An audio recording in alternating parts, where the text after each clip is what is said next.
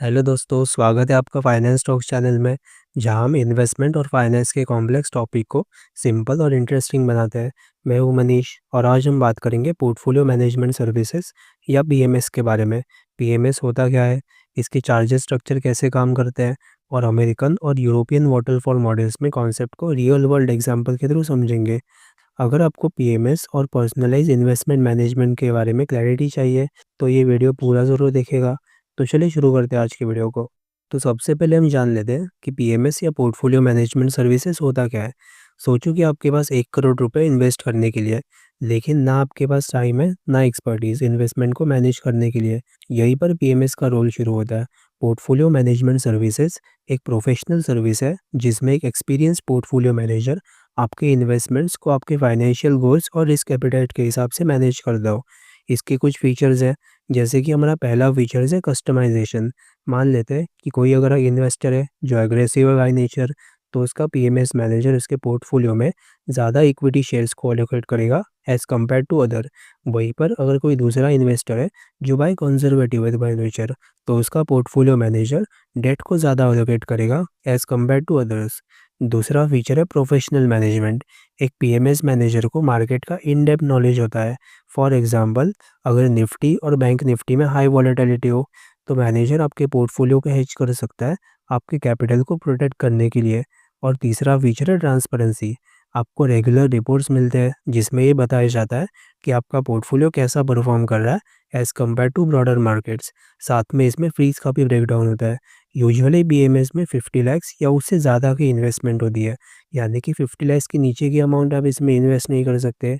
ये mainly high net worth individuals के लिए है। तो अब हम बात कर लेते हैं कि पीएमएस में कितने टाइप्स होते हैं। पीएमएस में यहाँ पर 3 टाइप्स होते हैं जो आपके नीड्स के अकॉर्डिंग टेलर किए जाते हो। पहला टाइप है डिस्क्रिशनरी पीएमएस।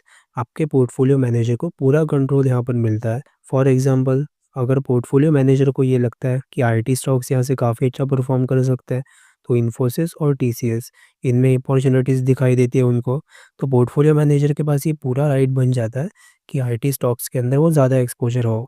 यहाँ पर दूसरा टाइप है नॉन डिस्क्रिशनरी पीएमएस। यहाँ मैनेजर एडवाइस देता है लेकिन डिसीजन पूरी तरह से आपका काम है। जैसे मैनेजर ये एडवाइस आपको दे सकता है कि फार्मा सेक्टर यहाँ से एक अच्छा परफॉर्म कर सकता है, लेकिन फार्मा सेक्टर के अंदर जो भी स्टॉक्स हैं वो आपको खुद ढूंढना है और उसके ऊपर एग्जीक्यूट भी खुद ही करना होगा। तो इस एग्जांपल के अंदर फार्मा सेक्टर में इन्वेस्ट करना है या नहीं, ये पूरी तरह से आपका डिसीजन होगा, ना कि उस फंड मैनेजर का। फंड मैनेजर का रोल यही रहेगा कि इसमें आपको खाली एडवाइस प्रोवाइड करना है। यहाँ पर तीसरा पॉइंट है एडवाइजरी पीएमएस। इसमें मैनेजर सिर्फ ही आपको रिकमेंड करता है, एग्जीक्यूशन पूरी तरह से क्लाइंट के हाथ में होता है। अब हम बात कर लेते हैं कि पोर्टफोलियो मैनेजमेंट सर्विसेज में चार्जेस क्या होते हैं। पोर्टफोलियो मैनेजमेंट के चार्जेस को समझने के लिए इमेजिन करते हैं कि आपने 1 करोड़ रुपए इन्वेस्ट किया पोर्टफोलियो मैनेजमेंट सर्विसेज में। पीएमएस के चार्जेस कैसे काम करते हैं इसे समझ लेते हैं। पहला चार्ज है मैनेजमेंट फ़ी। ये फिक्स चार्ज है, यूजुअली एयूएम के ऊपर कैलकुलेट होता है। एयूएम यानी कि assets under management. For example, अगर आपने 1 करोड़ रुपए इन्वेस्ट किया हुआ है और 2% मैनेजमेंट फ़ी है, तो 2 लाख रुपए आपके एनुअल चार्जेस होंगे। दूसरा चार्ज है परफॉर्मेंस फ़ी, यानी कि हर्डल रेट। हर्डल रेट के अंदर 2 टाइप्स हैं, सॉफ्ट हर्डल रेट और हार्ड हर्डल रेट।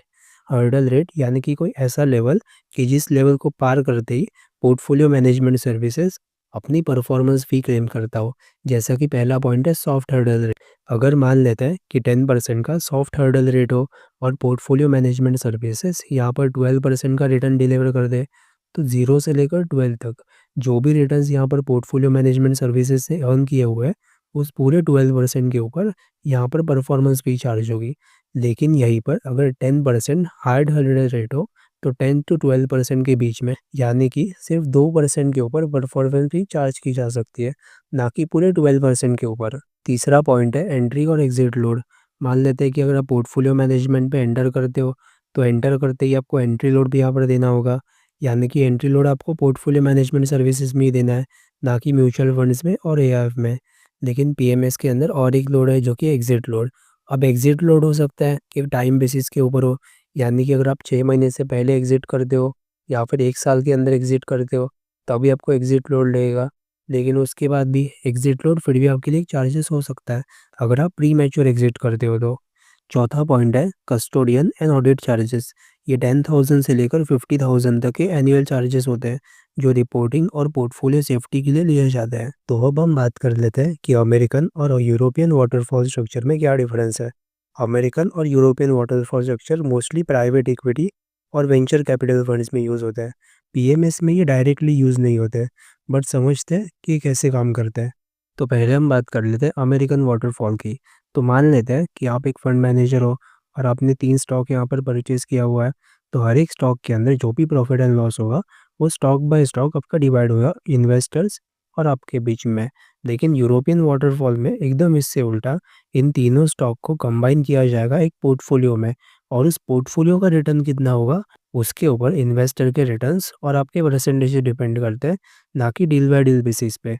तो अमेरिकन वाटरफॉल और यूरोपियन वाटरफॉल, इन दोनों के अंदर मेजर ये फ़र्क है कि अमेरिकन वाटरफॉल में डील बाय डील बेसिस के ऊपर काउंटिंग होती है और यूरोपियन वाटरफॉल में ओवरऑल कंबाइन होकर काउंटिंग होती है, यानी कि एक पोर्टफोलियो लेवल पर। और जहाँ तक हम बात करते हैं इंडियन पीएमएस में, तो यहाँ पर ऐसा कोई सिस्टम नहीं होता। यहाँ पर मेनली यूरोपियन वाटरफॉल को कैड किया जाता है, यानी कि आपके ओवरऑल पोर्टफोलियो के ऊपर जो भी प्रॉफिट एंड लॉस हुआ है, उसी के ऊपर आपकी सारी परसेंटेजेस कैलकुलेट होंगे। जैसे कि एसेट अंडर मैनेजमेंट वहीं पर कैलकुलेट होगा, प्लस आपको फीस कितना पे करना है, हर्डल रेट कितना होगा, प्लस ये सारी परसेंटेज, परफॉर्मेंस फीस, ये सब चीज़ें काउंट होगी यूरोपियन वाटरफॉल के बेसिस के ऊपर, ना कि अमेरिकन वाटरफॉल। तो अब हम देखते हैं कि बीएमएस में इन्वेस्ट करने के क्या-क्या फ़ायदे और नुकसान हैं। अब पीएमएस में एडवांटेजेस और डिसएडवांटेजेस भी होते हैं।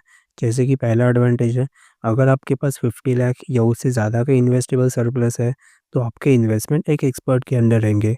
कस्टमाइज़ पोर्टफोलियो स्ट्रैटेजीज़ आपकी यूनिक नीड्स के अकॉर्डिंग बनाई जा सकती है। लेकिन इसके अंदर कुछ डिसएडवांटेजेस भी है, जैसे कि हाई फीस जो आपके नेट रिटर्न्स पर इम्पैक्ट कर सकते हैं। जैसे कि पीएमएस के अंदर काफ़ी ज़्यादा हाई फीस होती है। अगर फ़ीस यहाँ पर थोड़ी ज़्यादा होगी, तो इससे आपके नेट रिटर्न्स भी कम हो सकते हैं। मिनिमम 50 लाख का इन्वेस्टमेंट हर इन्वेस्टर के लिए अफोर्डेबल नहीं होता, तो मेनली वही इसके अंदर इन्वेस्ट कर सकते हैं जो कि एचएनआई कैटेगरी के अंदर हो। तो अगर आप पीएमएस में यहाँ पर इन्वेस्ट करना चाहते हो, तो यहाँ पर कुछ चीज़ें जान लेना काफ़ी ज़रूरी है। जैसे फ़ीस स्ट्रक्चर को क्लियरली समझना ज़रूरी है, स्पेशली हर्डल रेट और प्रॉफिट शेयरिंग टर्म्स। मैनेजर के पास्ट परफॉर्मेंस और मार्केट अंडरस्टैंडिंग भी एनालाइज़ करनी चाहिए।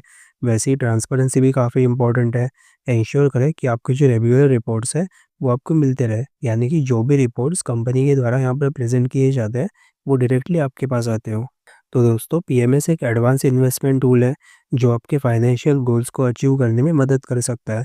लेकिन चार्जेस और प्रॉफिट शेयरिंग स्ट्रक्चर को समझना भी काफ़ी ज़रूरी है। तो अगर आपको आज का वीडियो पसंद आया हो, तो इसे लाइक ज़रूर कीजिएगा। और अगर आप म्यूचुअल फंड्स में इन्वेस्ट करना चाहते हो, या टर्म इंश्योरेंस या हेल्थ इंश्योरेंस खरीदना चाहते हो, तो डिस्क्रिप्शन में दी हुई व्हाट्सएप लिंक को क्लिक करके आप मुझे डायरेक्टली मैसेज कर सकते हो। हम ज़रूर इसके ऊपर डिस्कशन करेंगे। तो इस चैनल को सब्सक्राइब करना ना भूलिएगा, ताकि हम कॉम्प्लेक्स फाइनेंस टर्म्स को एक सिंपल लैंग्वेज के अंदर आपको एक्सप्लेन कर सके। तो मिलते हैं अगली बार, तब तक के लिए गुड बाय।